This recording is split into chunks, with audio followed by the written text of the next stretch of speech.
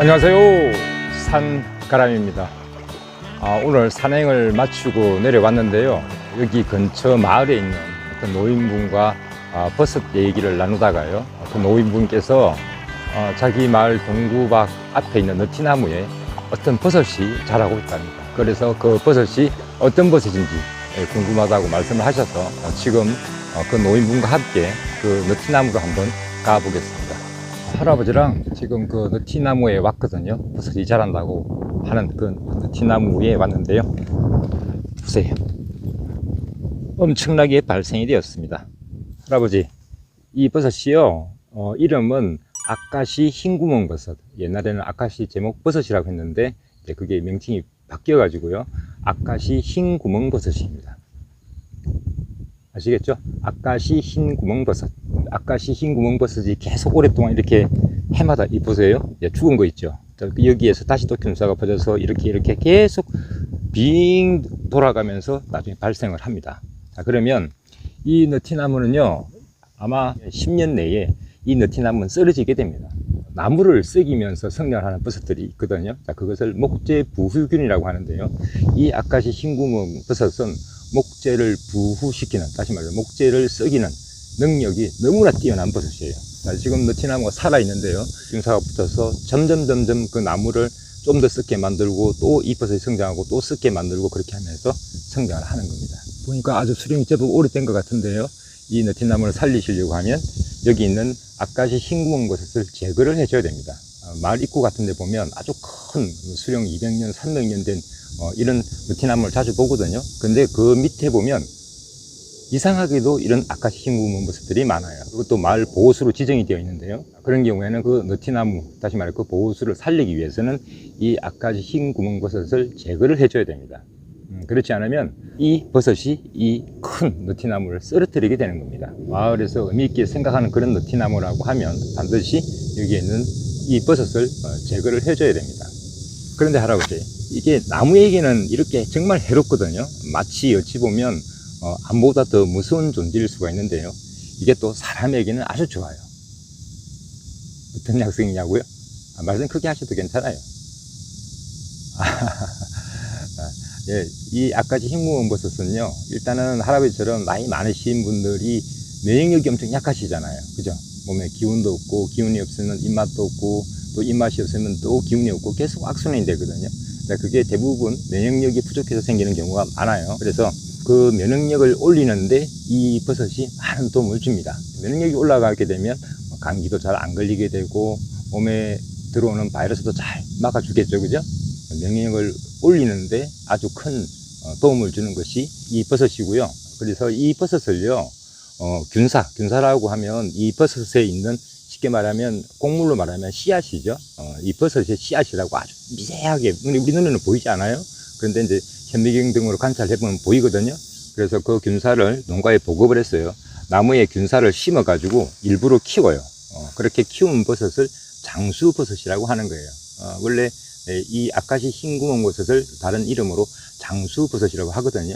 그래서 그냥 괜히 그렇게 이름을 지은 게 아니고요, 그만큼 이 버섯의 약성이 먹으면 먹을수록 오래 장수한다라고 해서, 그래서 장수, 목숨을 오랫동안 이어간다는 그런 의미의 버섯이 바로 이 장수버섯, 아카시 흰구멍버섯입니다. 그리고 할아버지, 특히 나이 드신 분들에게 제일 중요한 건강이 어느 부분이 건강이에요?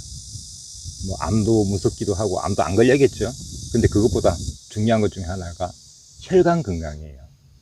우리 몸속에 이렇게 나이가 들거나 아니면 뭐 어떤 원인으로 인해서 피가 맑지 못하고 끈적끈적해지고, 다시 그렇게 끈적끈적해진 것이 혈관을 막고, 심지어는 그 혈관이 아예 검은 핏덩어리를 막히게 됩니다. 그것을 혈전이라고 하거든요. 자, 그런데 이 버섯을 드시게 되면 그런 혈전을 용에 녹여준다는 겁니다. 그렇게 되면 자연스럽게 혈액순환도 잘 되고, 혈압이 있으신 분들은 혈압도 떨어지게 되고요. 그래서 혈관 건강에도 아주 많은 도움이 되는 버섯이 또 이 장수버섯, 아카시 흰구멍버섯입니다. 혹시 비만이 있거나 또 살이 잘 찌거나 하는 경우에는 이 버섯을 달여서 먹으면 그 비만을 치료를 할 수도 있고요, 또 비만을 예방할 수도 있는 그런 효과도 있습니다. 이 버섯 안에 있는 성분 때문에요. 그래서 아까 제가 말씀드린 것처럼 이 나무에게는 마치 암적인 존재라서 이 나무가 나중에 결국은 죽게 되겠지만요. 자, 이것을 떼서 약용버섯으로 이용을 하면요. 사람은 사람대로 살고요. 이 나무는 나무대로 살릴 수가 있는 겁니다. 다시 말해서 이 버섯은요. 사람에게는 건강을 되찾아주고 또 건강을 좋게 만들어줘서 사람을 살리는 그런 버섯이고요. 자, 이 나무에게는 마치 암적인 존재처럼 이 나무를 결국은 쓰러지게 만드는 그런 원인이 되는 두 가지의 역할을 하는 버섯이 바로 이 장수버섯입니다. 예, 맞아요. 예? 어떻게 먹냐고요?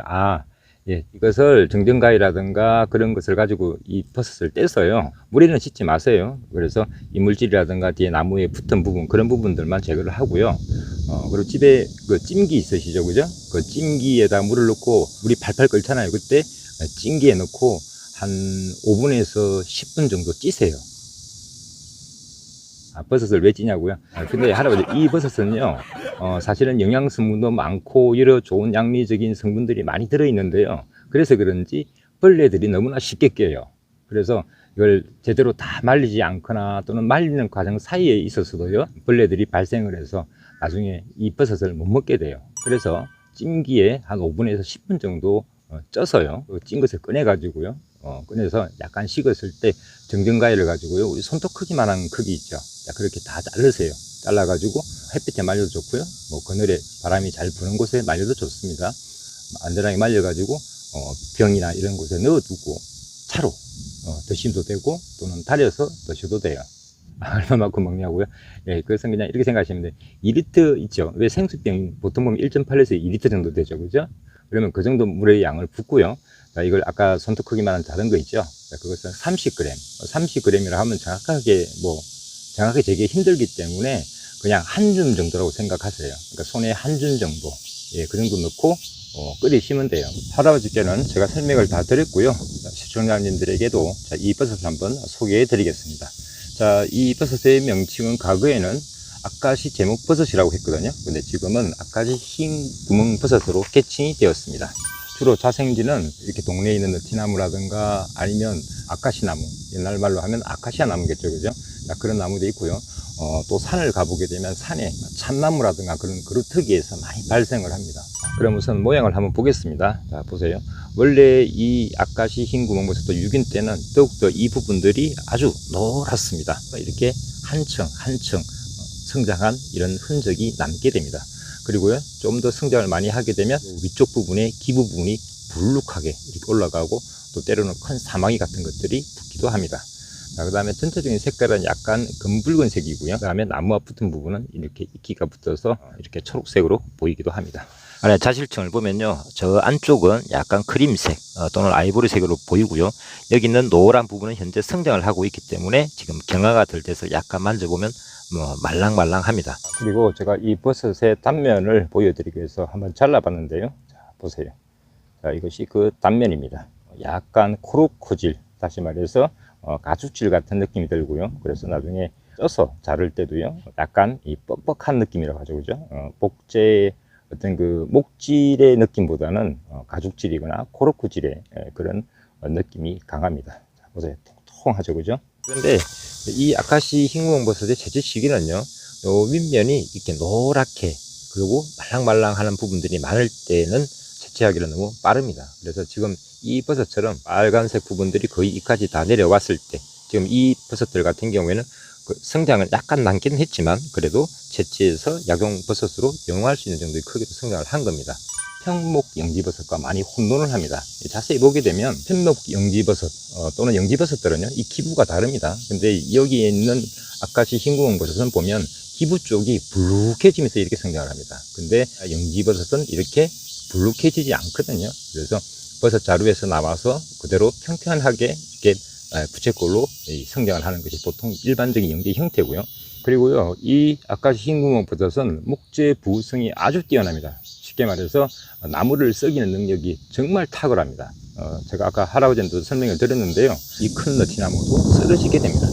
그 정도로 강력한 목재 부윤이 바로 이 아카시 흰구멍버섯입니다. 그래서 이게 산림에 피해도 많이 주는데요, 어떤 마을에서는 마을 보호수라고 해서 그 아래 자라난 이 아카시 흰구멍버섯도 보호를 한다고 그대로 뒀다가 결국은 그 보호수마저 잃어버리는 그런 어처구니 없는 일도 생기게 됩니다.